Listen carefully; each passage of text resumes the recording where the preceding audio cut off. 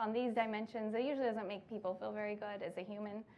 The second would be inclusion. So this is being included or being part of a group, feeling like you're heard, feeling like you being there matters. And then increasingly we're seeing people talk about belonging, although if you look at the trending in words over time, belonging's trending down. And just to orient you, like I have the definitions and then the use over time for these different words. So you can see about 2010, a pretty big spike in diversity. And then inclusion's been gradually increasing and then belonging's been trending down. But we are seeing some indicators that organizations, mostly being driven by education right now, are thinking a lot more about belonging. Because who doesn't want to belong, right? Do any of you have children? So sad when they're like, nobody sat with me at lunch, right? I think we all have those moments that we can remember being the kid that nobody wanted to sit with at lunch. And often these same behaviors end up happening within organizations. Okay, so broadly speaking in corporate world, this is becoming hot on people's agendas. Now, there's a caveat around this, which I'll make sure that we spend some time talking about, which is it actually translating into action? But you're seeing D&I or belonging, whatever the terms are that are being used, being increasingly talked about by the board, being talked about in some cases by funders, so venture capitalists, angel investors, and then senior leaders are saying it's something that they value as well, and then this last group are CEOs that's saying it's part of their agenda. Okay, so there's a lot of talk. And this is tricky sometimes because if you look at diversity, equity, and inclusion leaders, if they're within organizations, oftentimes they have no budget and they may not have any headcount. And then the thing that we're seeing in the Valley right now is that those teams that usually used to sit under HR are moving into employer brand and communication. And what do you think might happen with that change occurring? So diversity, equity, and inclusion leaders are moving outside of HR and they're moving over to employer brand or communication. Our budgets are getting a lot bigger. And it's seen as being for recruitment. Yep. And then in a few industries that seem to be softening right now, those groups are getting cut. So while this is something that's said as being very important, it kind of time's going to tell what kind of action that translates into. There's a very good story for startups though about this though. And we'll take a look at like what this looks like. And this is part of the reason why I much prefer to work up with early stage companies than I do big companies. So again, I have lots of data on the slides because you can't take the Mckenzie out of the grill. But when diversity, equity, inclusion is prioritized, it's often for compliance reasons in big companies. They don't want to get sued. And when you actually like drill down and have conversations with senior executives, especially in the big companies, some of you may have worked there, the things that people are held accountable for are a number of lawsuits and how much do they have to pay out for any sort of claims. It's too bad, right? So it's not really that connection of diversity, equity, and inclusion can make a difference. And then you can get a sense for what that litigation can be like. So if you're a startup, to have to settle a $200,000 suit, like that's a lot of real money. And I think this shows some of the danger with just having a compliance lens in a way that you're thinking about it. So when I was at Mckenzie, I worked primarily with like Fortune 500s and then governments. And I got to do growth and innovation work. I got to do the best work. So like big companies that want to incubate things within them. But what I saw was because the companies were so set in their ways, it was going to be really hard to change their behavior.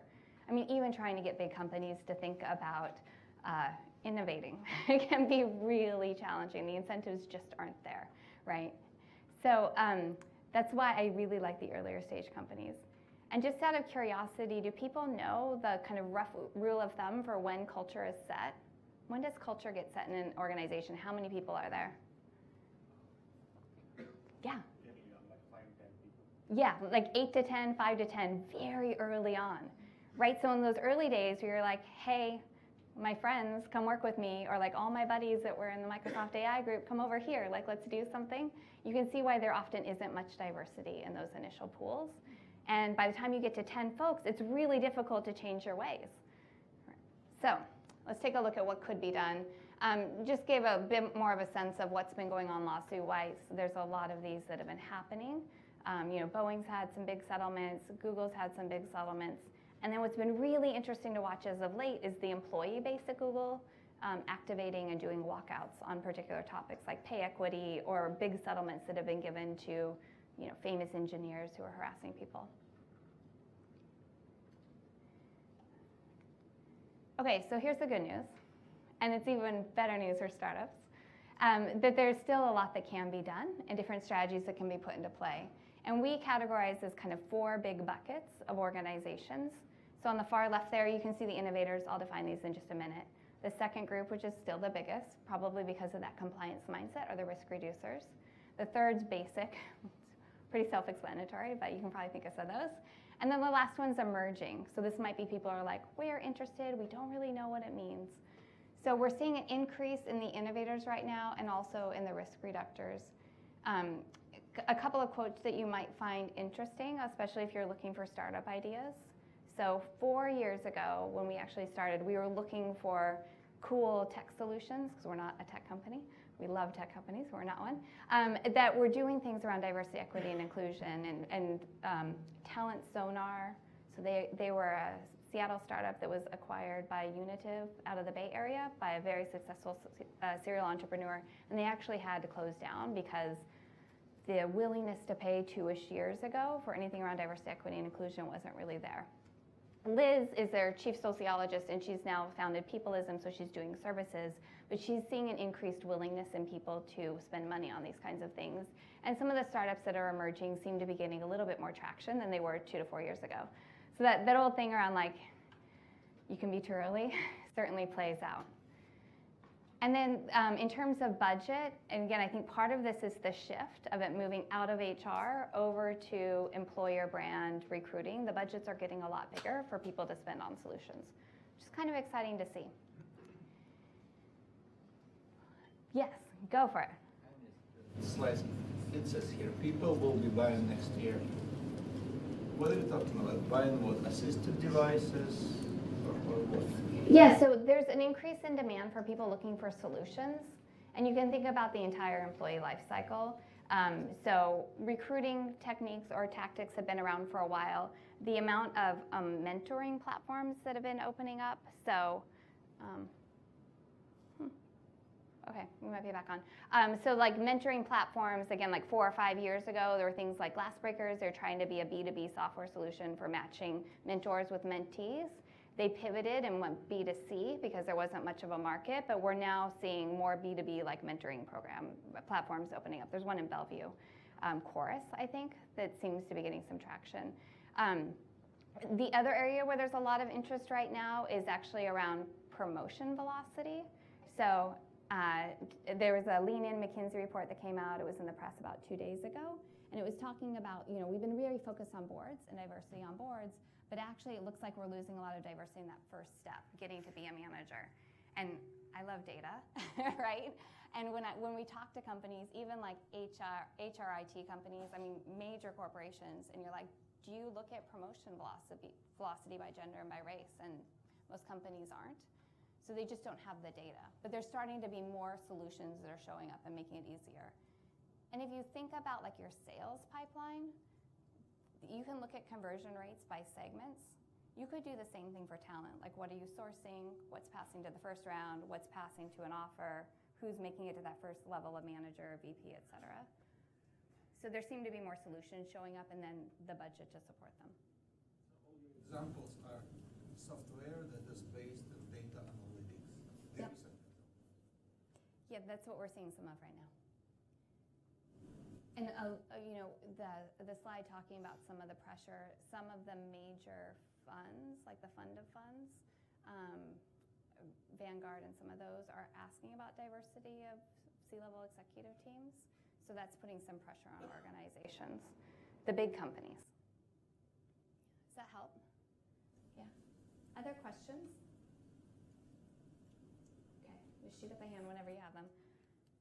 So this, again, you can think about these different profiles. I would encourage you as a startup, because I think there's so much opportunity here for some of the reasons that we'll look at, to think more of that innovator platform and being just as innovative as you're thinking about talent as you are as you're thinking about your product and your service. So kind of reaching across the 4, so there's 4 rows: motivation, orientation towards inclusion, value prop, and then examples of companies. So the innovators, like diversity, equity, inclusion, belonging is just part of their culture. It's part of who they are. Telltale signs will be if there's a jerk, even if they're an amazing salesperson, they'll be like, you are no longer welcome here because this is not part of our culture. We don't tolerate harassment. And they'll deal with it early on. Also, they build it into their values. So locally, Zillow's a great example of a company that asks questions during their hiring process about how do people think about diversity and equity and belonging, and how have they done things around that their entire life. And that's something they ask of all people who join, and it's part of their values. And then the value prop, they fundamentally believe all the reports that are out there that shows that while diverse teams may have more friction, they actually have better results, better products, better services, more patents, all of the different metrics that you look at. And so that's part of the reason why they're focused on this, as well as they just think it's the right thing to do. Examples, Pinterest, they've done a lot if you follow that model. They think it's part of the reason why they've been so successful with the demographic that they focused on. Intel's a really interesting example because they had a realization 20 years ago where all the female actually VPs, because there weren't very many of them in Silicon Valley 20 years ago, got together and said, how did we get here? And they realized each and every time there had been a senior level executive, a man, who said, look, you're really talented. I think you should take this next role. And in fact, their chief legal counsel, she was out on maternity leave, and he called her and he said he wanted to be the CHRO and chief legal officer. And she was like, no, no, no, and he totally talked her into it. So what that group did when they realized, like, hey, you know what, it's not actually a meritocracy. People are creating opportunities for us. We should pay that forward, and we should build a culture where we're paying that forward, and then being really intentional about how we provide opportunities too. You can see their data move in their pipeline. It takes a while, right? It's not all the way at the top yet. But when they were intentional with that decision, they made a really big impact on what it is that they've done. The risk reductor, you can see some examples there. Riot Games, if any of you follow gaming, they've been in the news for not very favorable things. And so from a branding standpoint, they're actually wrestling to attract diverse talent, although they've actually been quite smart in getting ahead of the story and investing a lot in fixing some of the things that they had as challenges. The basic, you can see, it's just like the check the box, right? Like somebody says, you should do unconscious bias training. They're like, sure, everybody else is doing it, we should do it. Not really thinking about what they're trying to do long term. And then the emerging, it's just like, maybe this is a passing fad. We listed one of the VC firms for right now, just because that seems to be what we're seeing from the companies that are invested in them. So questions at all on like the different archetypes? Yeah, I have a question about Fisher Investments. Did you hear the statements from Ken Fisher, kind of were going around earlier this week? I did not see those. I want to. So I'll share them with you. I'm curious from the perspective of, this is like their leader who started the fund, many years ago, and how you can battle, that leader if they're trying to build an inclusive organization, but they have that leader. Yep, so the question was around Fisher Investments and if I'd seen what had come out in the news earlier this week. And what do you do if you have a leader who's maybe saying something and then you're trying to build an inclusive organization? I think Sequoia's had some similar challenges, right? Like we invest in more women, but we can't find any who are qualified. Like this is why we don't have, they get ripped up in the press, but like people still want to take money from Sequoia. There's a researcher who's out of Stanford. It's fun to see UW up here. I wish that like the startup ecosystem was like the Valley up here, so thanks for being here. But there's a researcher out of Stanford named Lindred Greer, and she spent most of her time studying startups. Highly recommend that you look at her research because she has a lot of really interesting things around diversity. Again, like it does increase conflict, so knowing that there's going to be more conflict initially, but that's healthy to work through. And especially I think in the Pacific Northwest where we tend to be a little bit more passive with our business communication, that's just being okay with that. She's moved to Michigan, the University of Michigan, and she's at their leadership school right now. And what's interesting, I actually was just talking to her yesterday in preparation partially for this, because she'd studied startups forever in the Valley, and she's like, I'm so done with the Valley. She's like, it's so how people work here, and she's a lot more excited about the kind of tier 2 entrepreneurial cities where the rules aren't quite as set. And then she also had a lot of examples where even if the leader's not bought in, I think Google's an example of those companies right now, that if there's critical mass at the at the rank level that you can actually get some change to happen. Maybe a little bit slower. You have to be smart about power and how you're bringing people along and communicating. But there's a couple of examples right now that we're seeing where that's happened. Yeah, but it's tricky. And we're going to talk about why it's going to be more important, especially from a branding standpoint. I wanted to give you a sense for and this is the big takeaway, because, if you're a smaller startup, hopefully your culture hasn't been fully set, and so there's a lot that you can do. The innovators are going to win. We're going to look at some demographic trends as to why.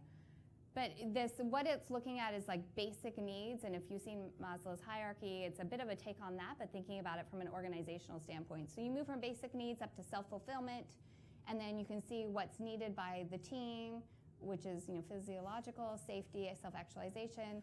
And then that second column in is looking at the external environment and the culture and what needs to be there. And then the employee behavior you get when you get it right, and then the business outcome.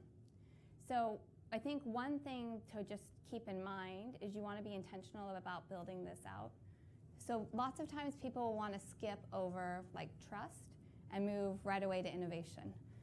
It's hard to do that if your team members are working for free, right? Or healthcare is a challenge and they don't know how to deal with that, right? And there's ways to overcome that, because in this state our exchange is actually really good. So for startups, you could think about reimbursing people if they go to the exchange and buy a certain level of plan. You don't have to take that burden on yourself, but you can help equip your team members to be taken care of.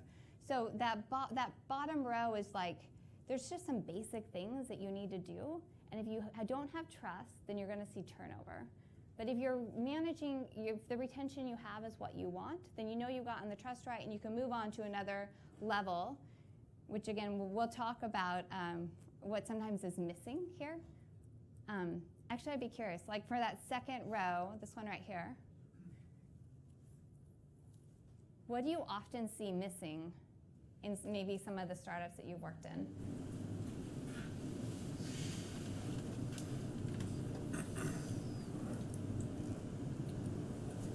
Anybody wants to answer? Yeah. Mentorship for sure, right? So the mentorship can definitely be missing. One thing just to keep in mind is that the University of Washington is a more powerful brand up here than these guys, right? My career advisor at Stanford said that when I was we're going back to Seattle. He's really? But it's the hub here, and people actually want to help, so make it easy for them to mentor you. Okay, and get your ideas out there early. Ideas are cheap. Lots of times startups try to hold them close to their chest. It's really hard to execute. So get some people who've done it before that know what they're talking about, and have them mentor and help you out. And you may be surprised. People are often much more helpful than you would think. But sometimes folks skip that step. What else do you think is often missing in the startup community or the high-tech community, if we want to just think about high-tech? Accountability all the time. I feel this is the biggest thing that Artemis gets hired for. We're the hired meanies. We're hey, did you do that thing? Do you have some results? Because some of the executives don't want to. And especially first-time leaders, it can be hard, right? So thinking about, I want to be respected, it's the best thing if everybody's doing their job. It helps us give feedback, and we want people who feel accountability or responsibility for the work.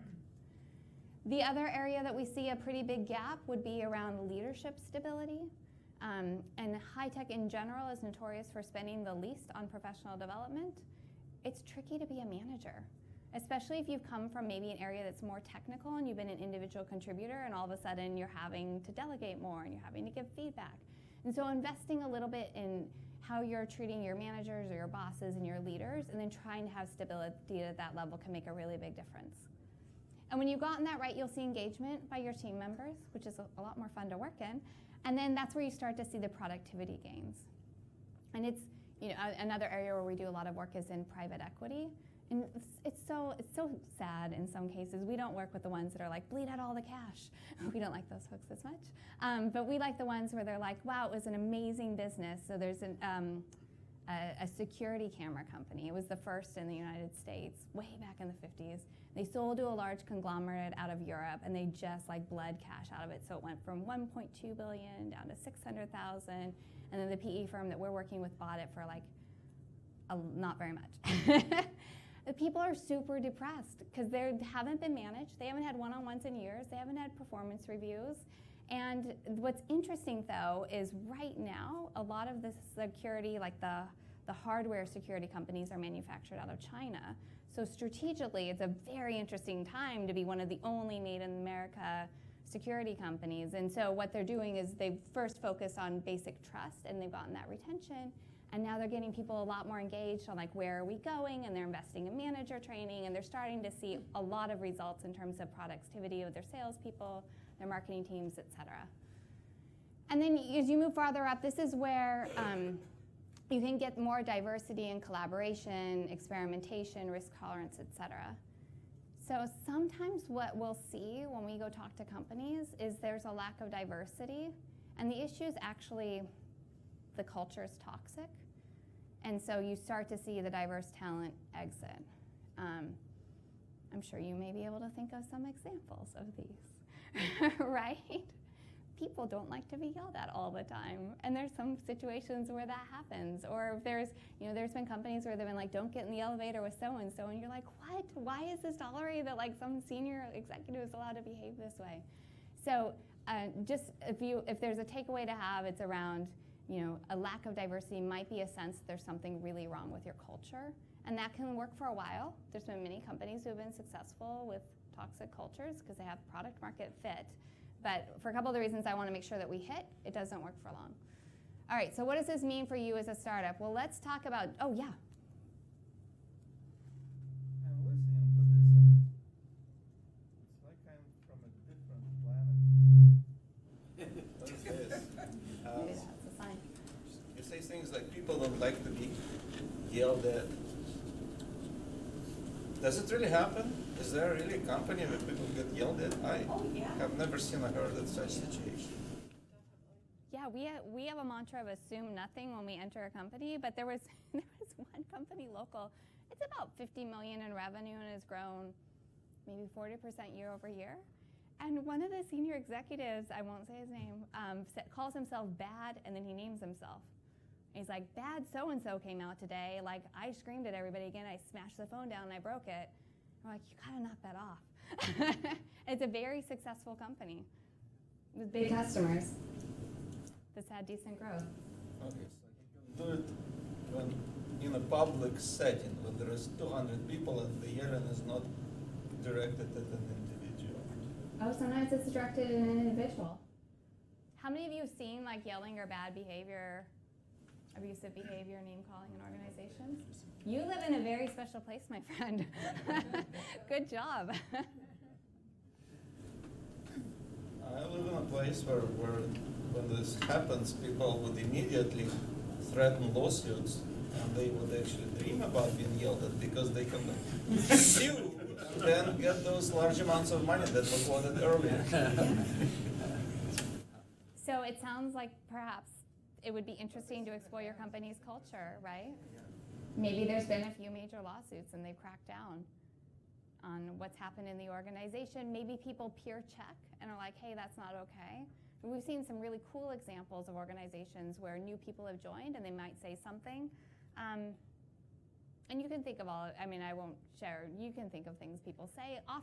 Sometimes they don't really realize what they're saying, right? And somebody will pull them aside and say, like, we don't talk that way here, right? Just watch your language. So peer, and that's where a strong culture can make a really big difference. Okay. Oh, know where you work. I'll ask you.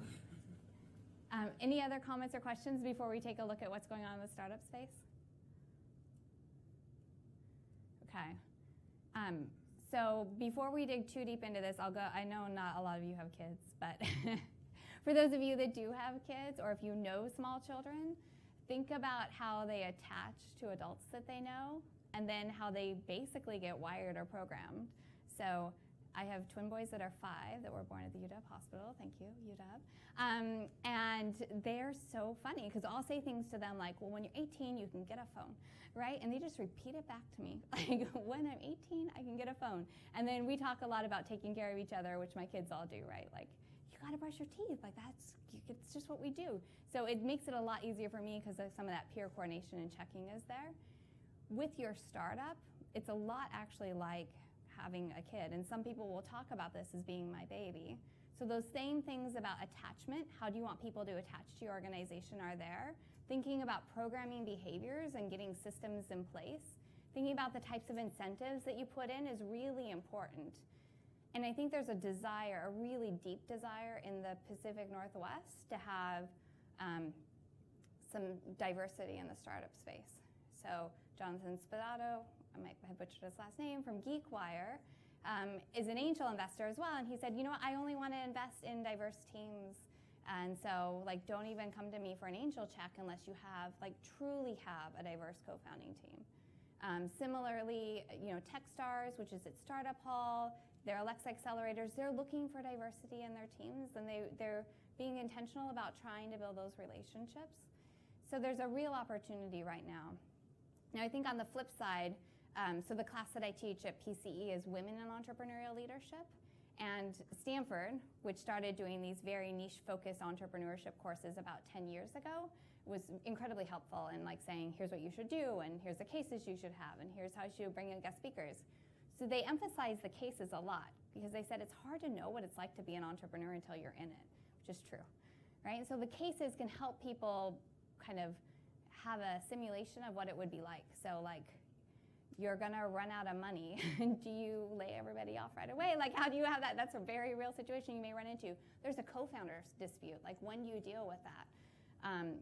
They actually weave in things like your top sales guy, you find out that he's been sexually harassing somebody on a Friday afternoon right at the close of the year, and you have a board meeting coming up. Like, how do you handle that? So what we were doing was we looked at all the cases that exist at Stanford, Harvard, and MIT, and there's maybe 30 where there's female co-founders, and then they hadn't tagged them so I could look at race. And then if I was like B2B SaaS company with a diverse founder, they're like, I don't know. So there's a real opportunity to get more stories out there right now and to think about crafting a path. And now we're gonna talk about why that's important, because this is where all the branding comes in. Gen Z, have any of you heard of this group before? Okay, so the millennials, everybody loves to hate on the millennials. Millennials are great, it's a wide generation, there's all types. Gen Z is this group that's in high school and college right now, and they are on fire. And some things that are different about them, just in general as a generation, is that they grew up kind of right after or during the Great Recession, so that has imprinted different behaviors in their mind. And then the other thing that seems to be happening with them is rather than being angry that we have a lot of challenges in this world right now, they're a little bit like, we are where we are, let's all work together to make something happen and change. So we're seeing things like March for Your Lives, okay?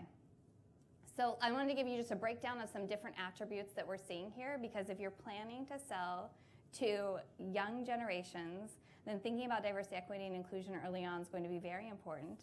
And then if you want them as employees, which I must say, if you do a good job hiring, they are amazing. They're such a breath of fresh air. They're like excited to do everything, right? You're like, I need somebody to clean this data. And they're like, absolutely, I've never done it before. And you're like, fantastic, that's yours. So they can be really nice to have young, fresh talent in your organization. But I did want to give you a sense for kind of what is seen about them in terms of attributes. And this comes out of a futurist. She's also a quantitative researcher out of Google. And so she spends a lot of time, her name's Ann Boyson, and she spends a lot of time in like using natural language processing and kind of forums where these folks are talking and looking at their social media. So there's kind of 6 big buckets that seem to be attributes of this group. One, they're anxious. There's actually just some research that came out of the CDC that suicide rates are still climbing in the United States, especially for our young ones. And we're like one of the only countries in the world where that's still happening. So they're very anxious. The second, they're connected and they think differently about technology because it's been what they've had their whole life. Transparent, which I'm going to come back to in just a second, because from a branding standpoint, if you thought the millennials demanded transparency, wait until this group hits the workforce. They're informed, so they do tend to get a lot of information or ask people for information more. Fifth one around being opportunistic, which is actually fantastic for startups to think about.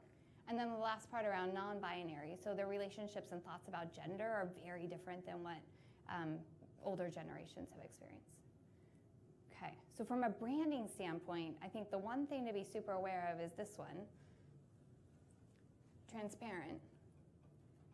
So if you have a value around diversity, equity, and inclusion and you're not living it, they're gonna call you out. And they're probably gonna take to social media as well to share things. And we're seeing this across the board in a lot of the startups that we're working with, as well as the high-tech companies. Okay, so just one thing on like, if everything was public, how would I feel about it? That good old ethics question that they teach you in some classes.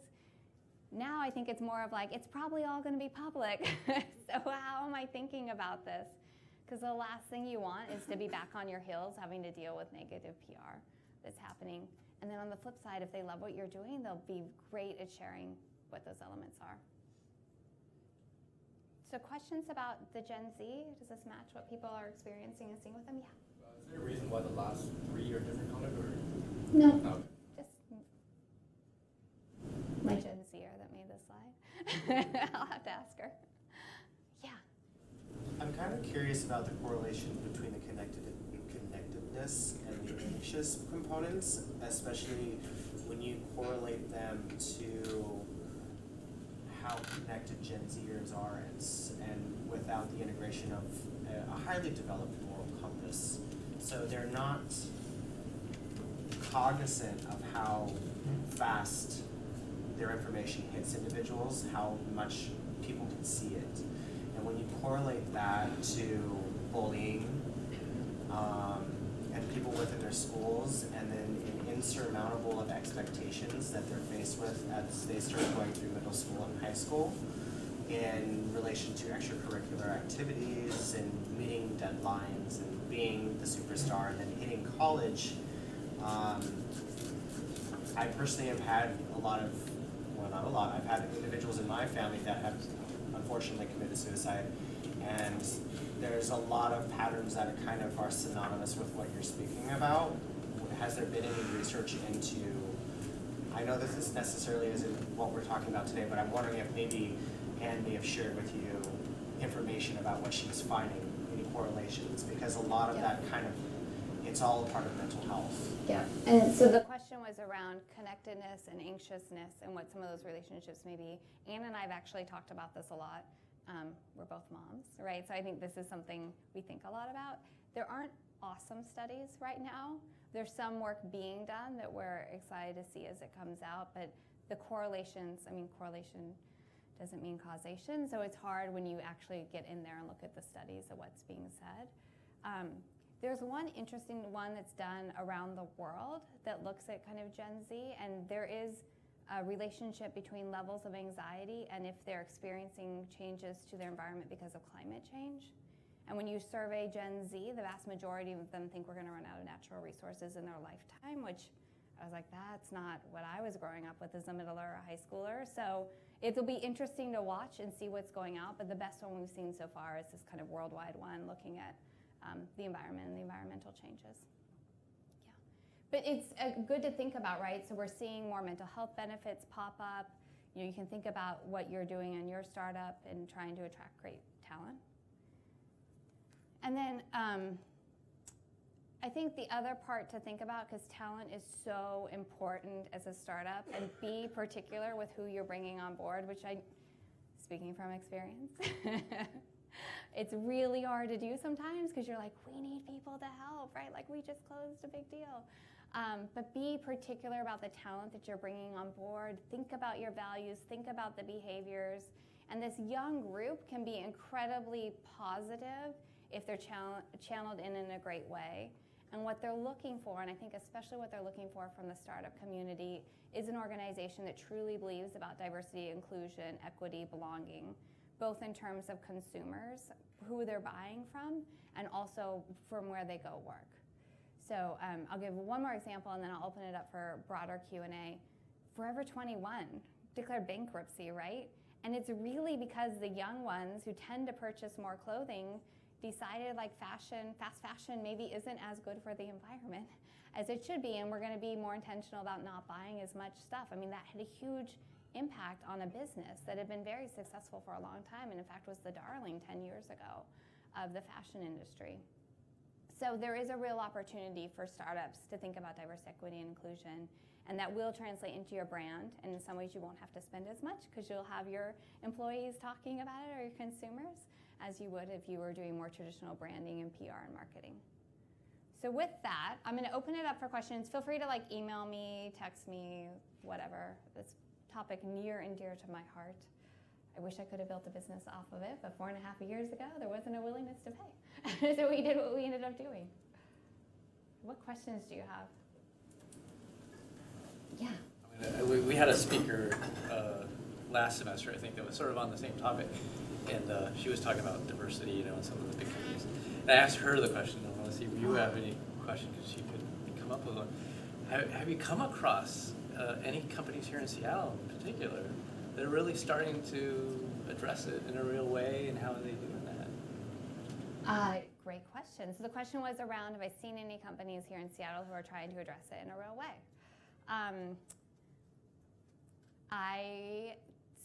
Okay. There's a lot of companies who are not, right? And you're like, wow, you're spending a lot of money acting like you are, but you're not. And some of the big ones. And there's some progress being made, but it's really hard to turn a big ship once it's set up.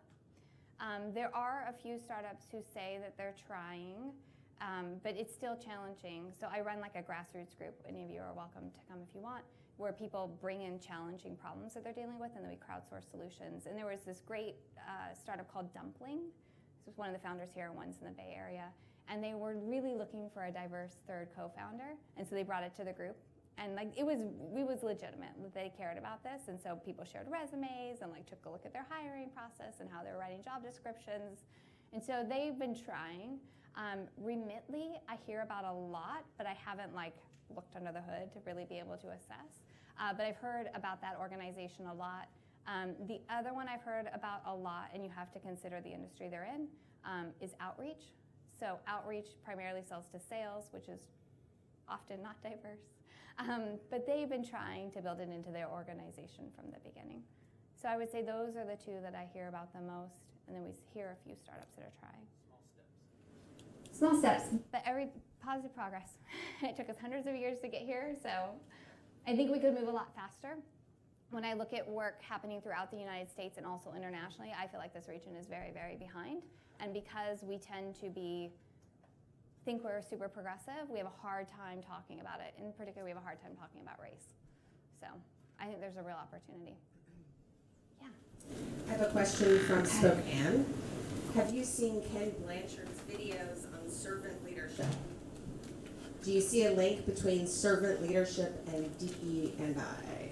Great question. So Kim Blanchard, servant leadership, it's a great framework if you're looking for a way to think about leadership. Yes, and, right? I think really good leaders have a variety of tools and methodologies that they can use, but what's core is that they really try to understand their people and they care about people. So there's been some successful companies that we've seen that have had very good exits where you talk to the leaders and they're they refer to their people as bodies. We just need more bodies to help. And how many bodies can we fit into the customer service group? And you're ooh. I don't know if your mindset's quite there. So if they'd been thinking about servant leadership, it would have been more, these are people, these are individuals. I do think that there's this other interesting kind of other side of the coin that we see sometimes. There's a lot of research Adam Grant's done, which is very good on givers and takers. That seems to be heavily correlated, and then also generosity burnout, because this is a big problem. Celebrate little steps that you're able to take, and make sure that you're not serving so much that you're completely depleting yourself. Great question. I think I saw a question here.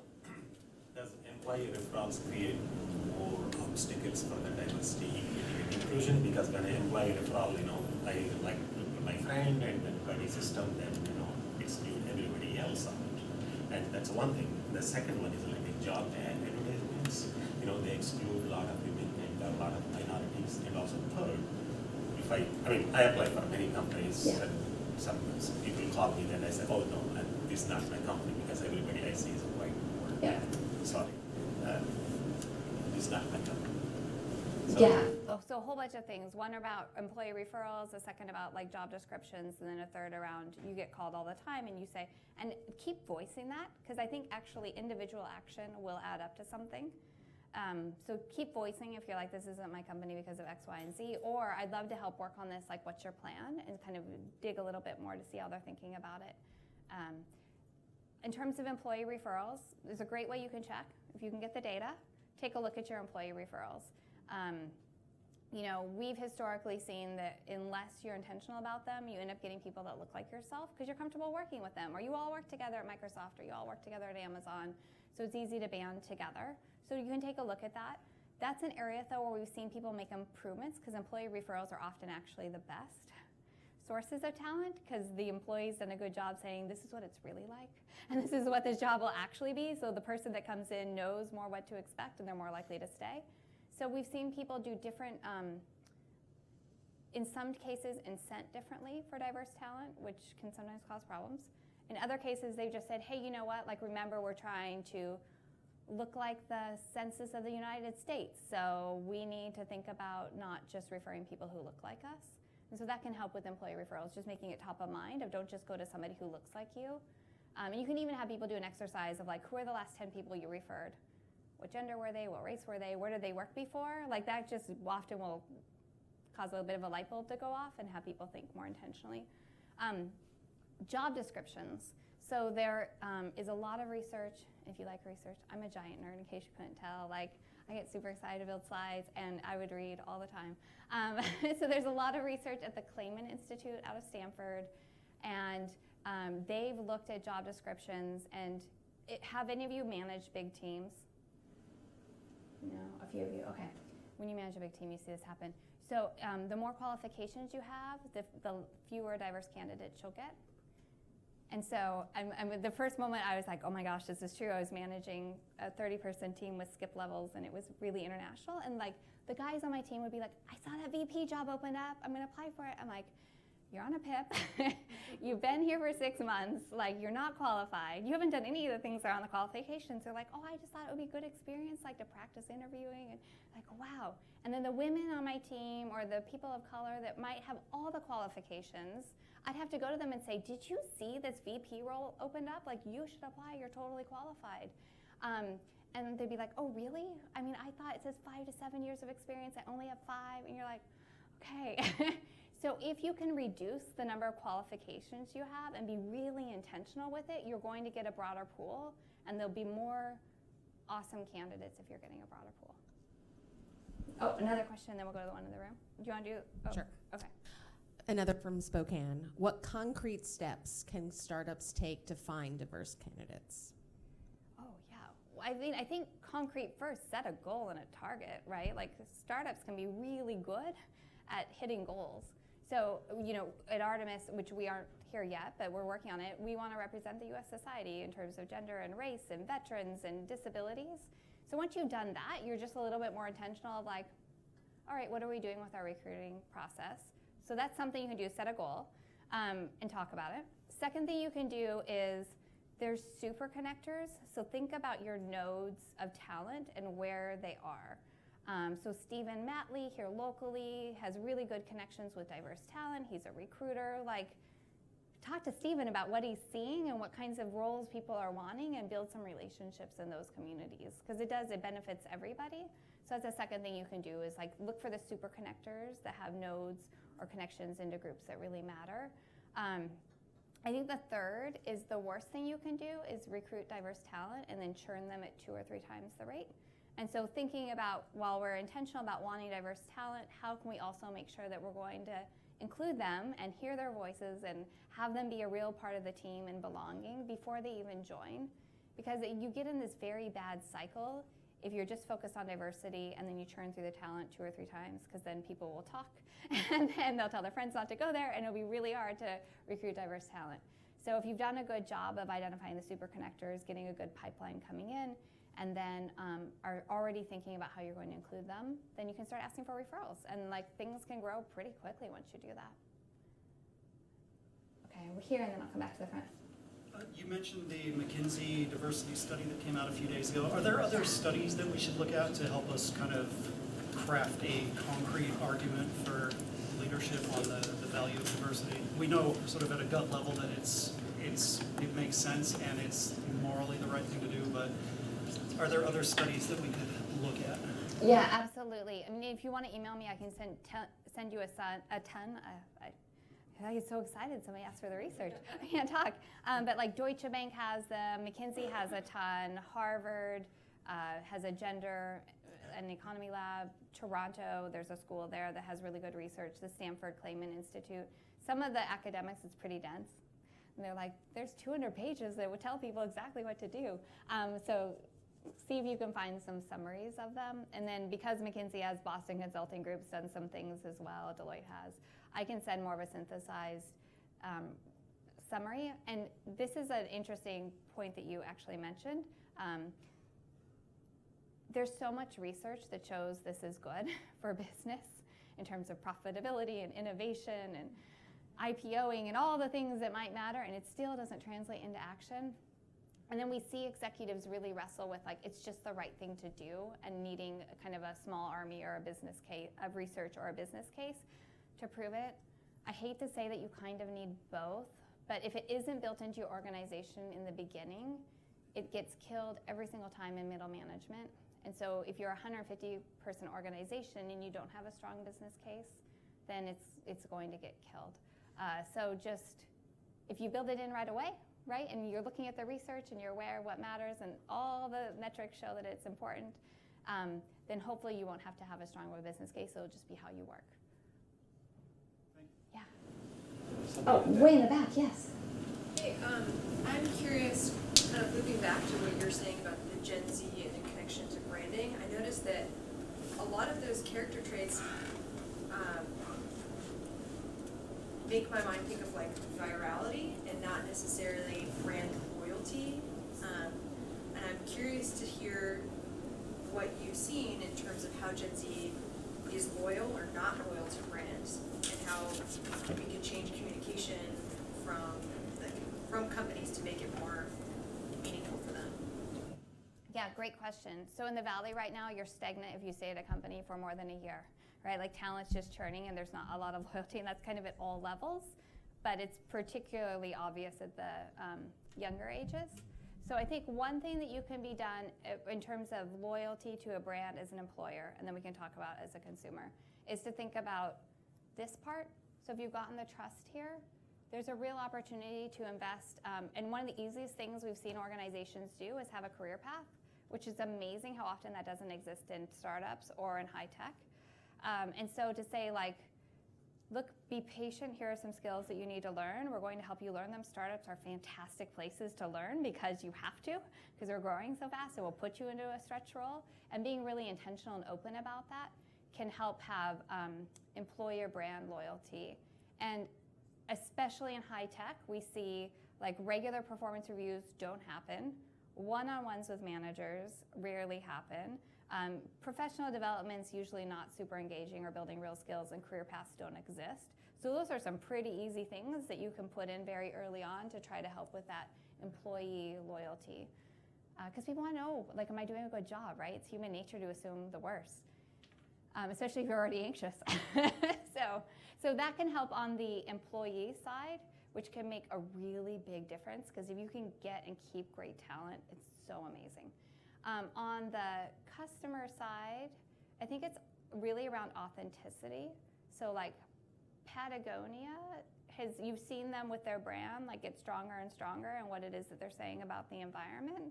And that's gotten a group that's like fanatically loyal to them and attracted a younger generation that's a little bit more fickle. So I think that authenticity piece is really important.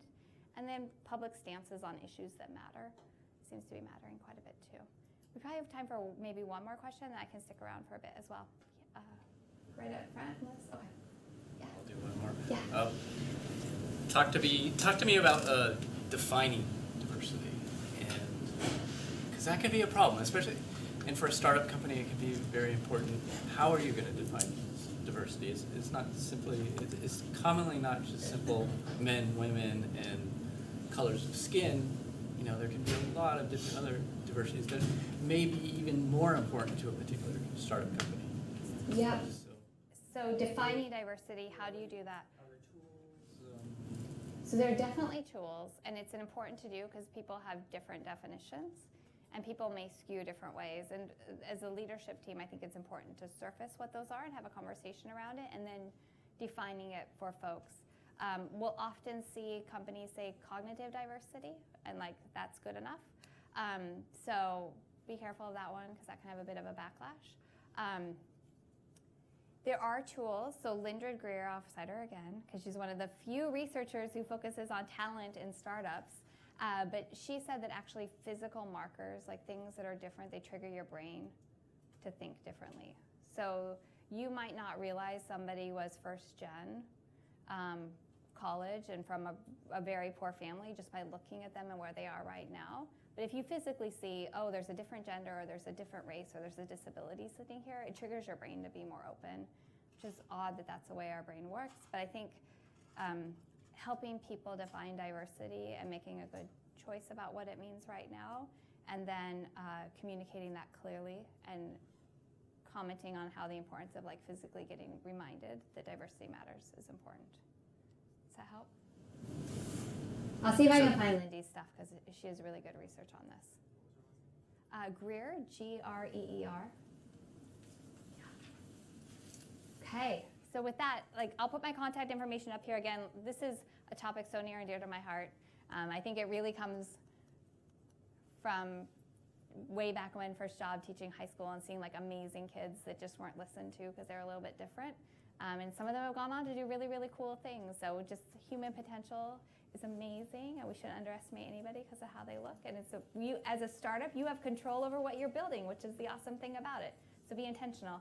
And there's a desire for somebody in the Pacific Northwest to do something really inspirational around diversity, equity, inclusion, and belonging. So with that, you're free to grab more food. There's still some back there, which is amazing for a college lunch meeting, but you should get some more. And I'll hang around for a bit as well. So thank you.